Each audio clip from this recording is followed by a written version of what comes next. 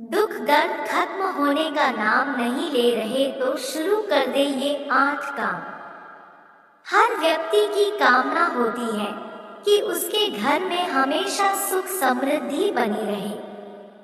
घर का वातावरण प्रेम, सकारात्मक ऊर्जा और एक दूसरे के सहयोग से भरा पूरा हो। इसके अलावा एक अच्छी जिंदगी बिताने के लिए धन का होना बेहद जरूरी माना जाता है।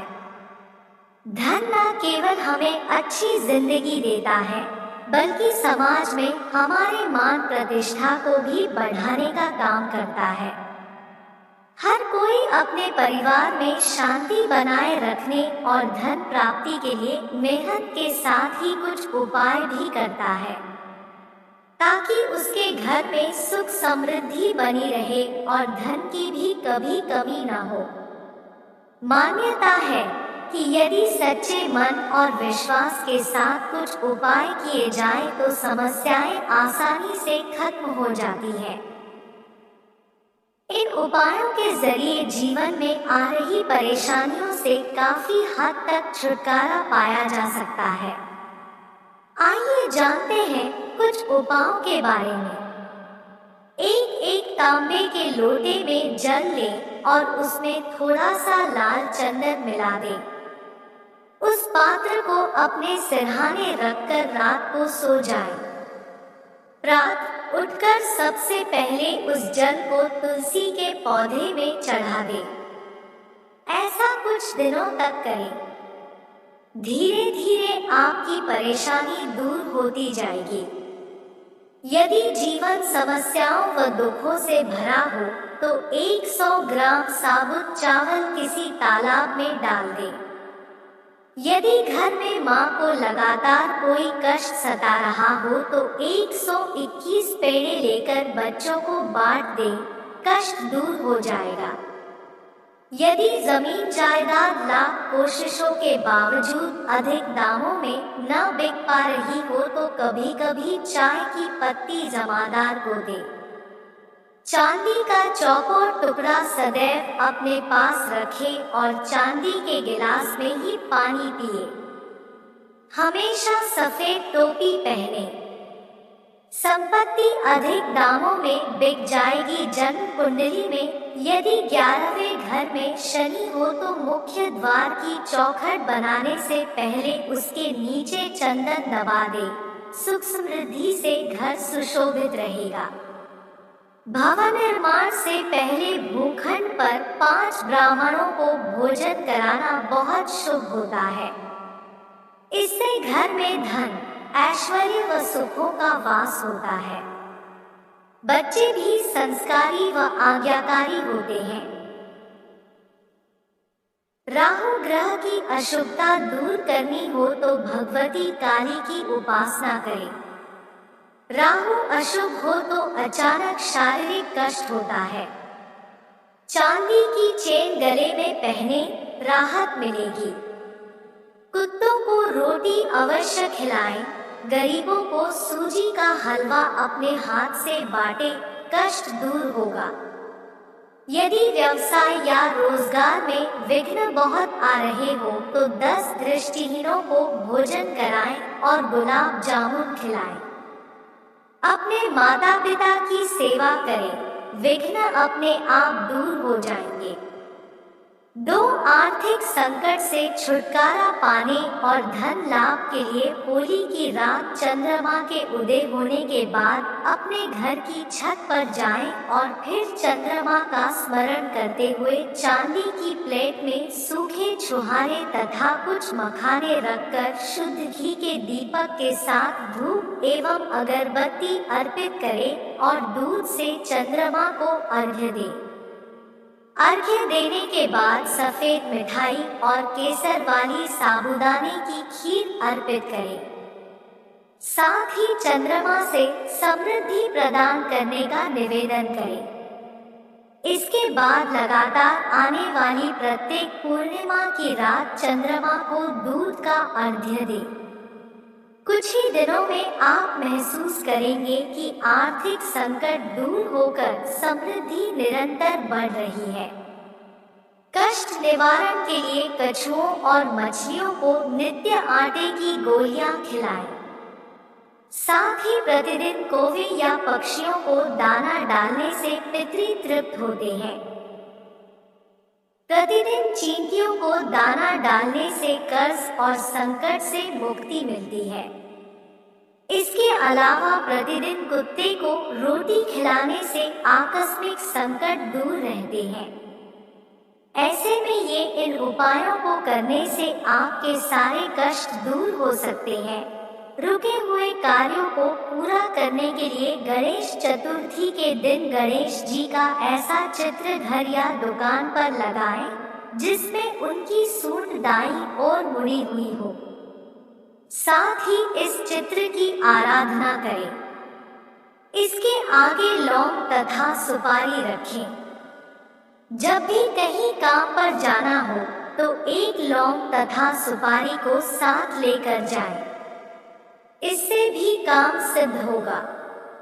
3 सोमवार का उपाय।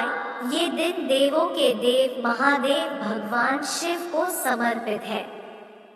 भगवान शिव को प्रसन्न करना मुश्किल है, लेकिन उनकी कृपा पाने वाले व्यक्ति का जीवन पूर्ण रूप से सफल हो जाता है। सोमवार के दिन शिव को जल चढ़ाने का उपाय जरूर करें। मंगलवार का उपाय। संकट मोचन भगवान हनुमान को समर्पित मंगलवार के दिन भी आप उपाय कर सकते हैं। इस दिन आप लाल रंग के वस्त्र धारण करके हनुमान चालीसा का पाठ करें। इस दिन घर से निकलने से पहले धनिया का सेवन जरूर करें। बुधवार का उपाय। भगवान गणेश जी को समर्पित बुधवार के दिन आप हरे रंग के वस्त्र पहने और उन्हें भोग में लड्डू जरूर चढ़ाएं। भगवान गणेश को प्रसन्न करने आप धन की कमी या इससे जुड़ी अन्य समस्याओं को दूर कर सकते हैं। गुरुवार के उपाय। भगवान विष्णु को समर्पित इस दिन भी आपको पीले रंग के वस्त्र धारण करने चाहिए। साथ ही इस दिन पीली चीजें जैसे गुड़ का दान करें। विष्णु की कृपा भी आपको धन का लाभ दिला सकती है। शुक्रवार का उपाय।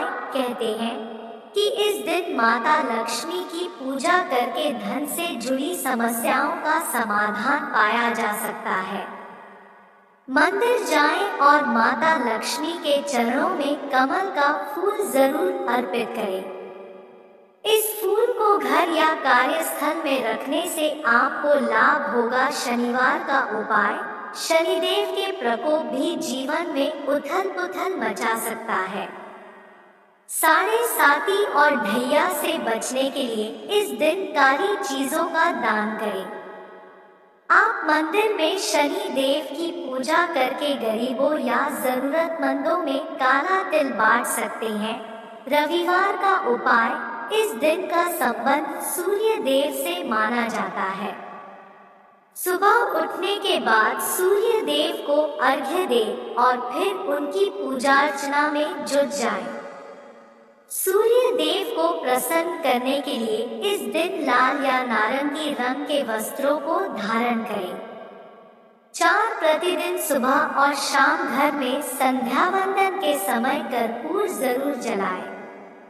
हिंदू धर्म में संध्या वंदन आरती या प्रार्थना के बाद कर्पूर जलाकर उसकी आरती लेने की परंपरा है। पूजन, आरती आदि धार्मिक कार्यों में कर्पूर का विशेष महत्व बताया गया है। रात्रि में सोने से पूर्व कर्पूर जलाकर सोना तो और भी लाभदायक है। घर के वास्तु दोष को मिटाने के लिए कर्पूर का बहुत महत्व है। यदि सीढ़ियां, टॉयलेट या द्वार किसी गलत दिशा में निर्मित हो गए हैं तो सभी जगह एक से एक कर्पूर की बत्ती रख दें। वहां रखा कर्पूर चमत्कारिक रूप से वास्तु दोष को दूर कर देगा।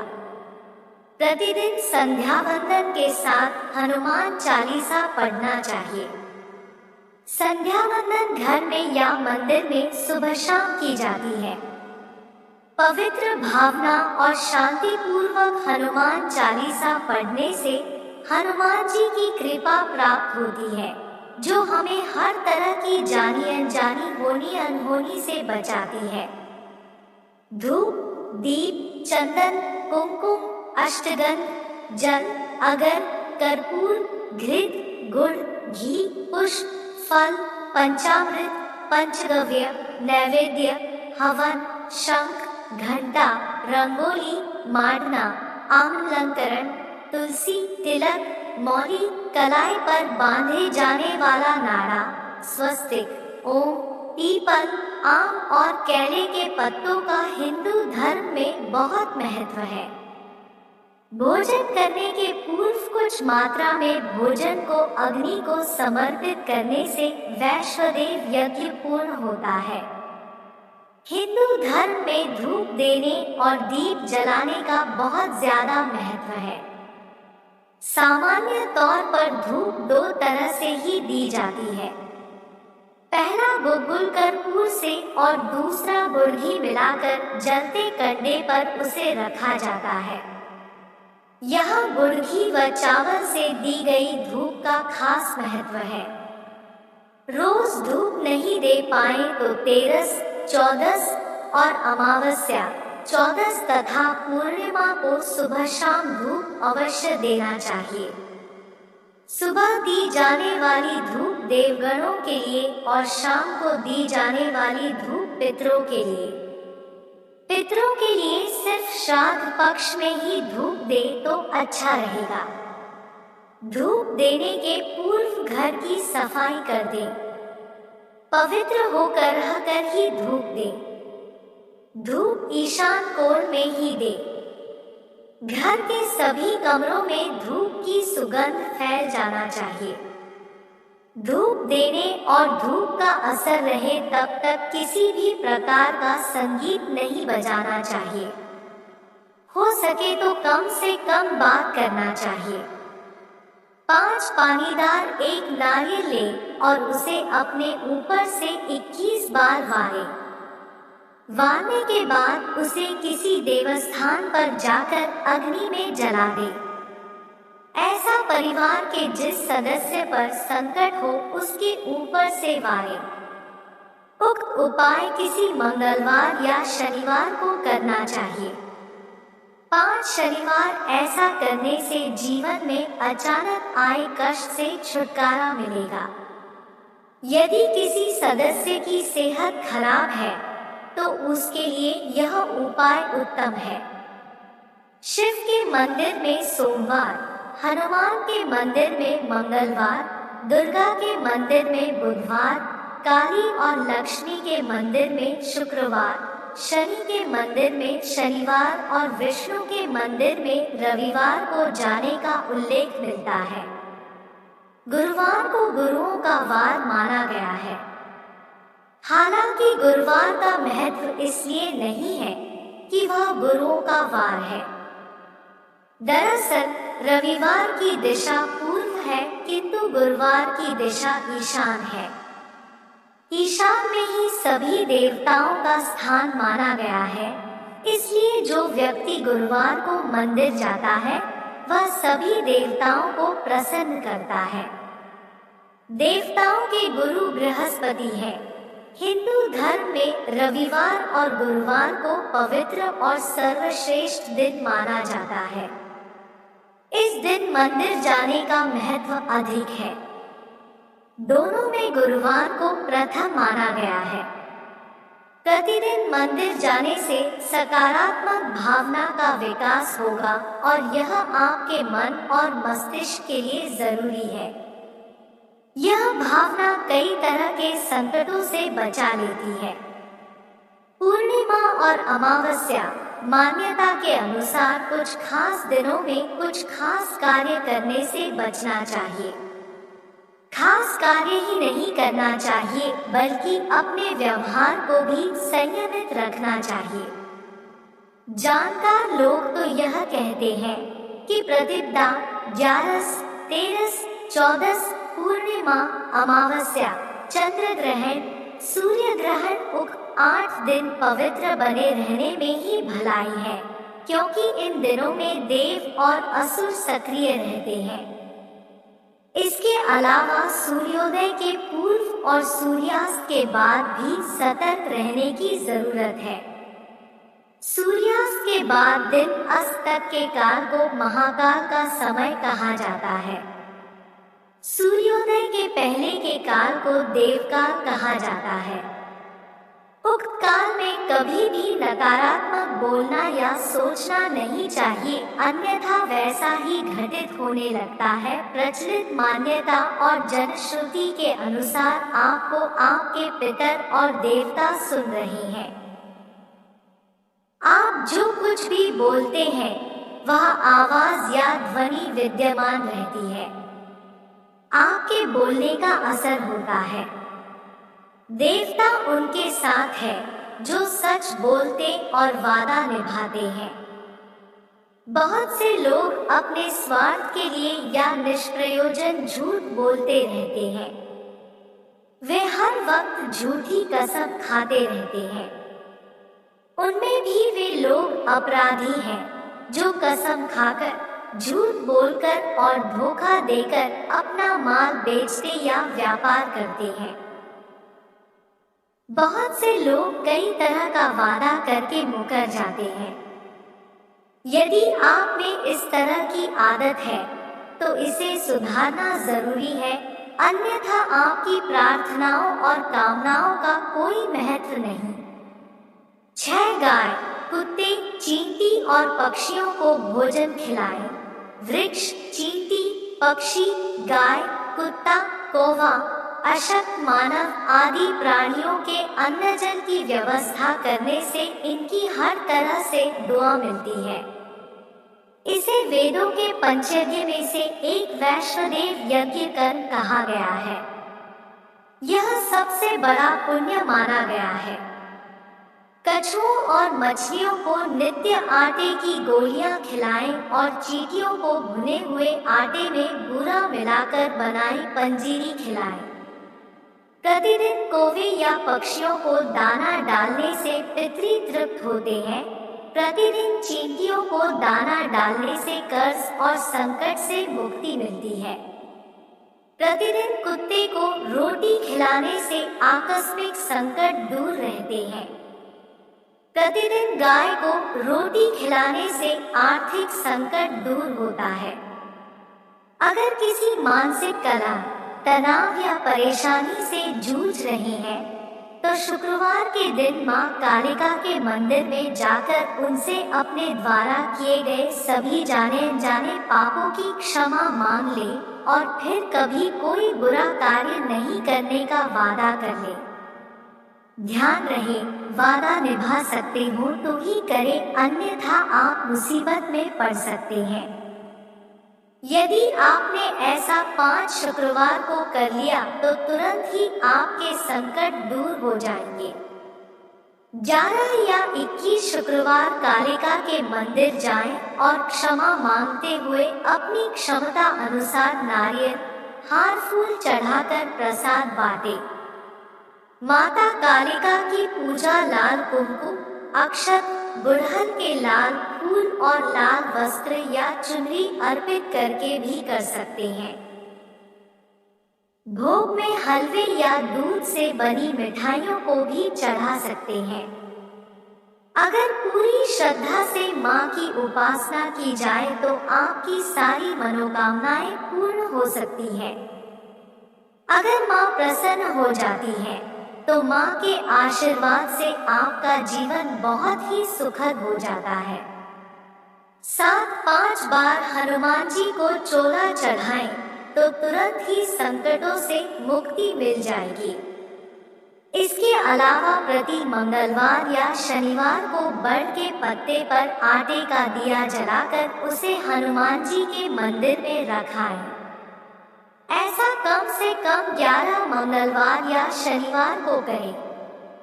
शनिवार को एक कांसे की कटोरी में सरसों का तेल और सिक्का, रुपया पैसा, डालकर उसमें अपनी परछाई देखें और तेल मांगने वाले को दे दे, या किसी शनि मंदिर में शनिवार के दिन कटोरी सहित तेल रखकर आ जाए। यह उपाय आप कम से कम 5 शनिवार करेंगे तो आपकी शनि की पीड़ा शांत हो जाएगी और शनिदेव की कृपा शुरू हो जाएगी। जब से मिलेगी संकटों से मुक्ति, सभी तरह के बुरे काम छोड़कर प्रतिदिन राम के नाम, गायत्री मंत्र या महामृत्युंजय मंत्र का जाप शुरू कर दे। ध्यान रहे इसमें से किसी एक मंत्र का जाप ही करें। कम से कम 43 दिनों तक लगातार इसका जाप सुबह और शाम नियम से करें। इस जाप का असर जब शुरू होगा तो संकट भी धीरे धीरे दूर होने लगेगा। उक्त जाप के दौरान झूठ न बोले, तामसिक भोजन न करें और किसी भी प्रकार का नशा न करें, अन्यथा इसके बुरे परिणाम भी हो सकते हैं। राम का नाम तो आप दिन भर जप सकते हैं। कलयुग में राम के नाम से बड़ा कोई उपाय नहीं। प्रिय दोस्तों, आज के वीडियो में बस इतना ही। हमारे द्वारा दी गई शास्त्रों अनुसार जानकारी आपको अच्छी लगी हो तो वीडियो को लाइक, शेयर एंड सब्सक्राइब और कमेंट बॉक्स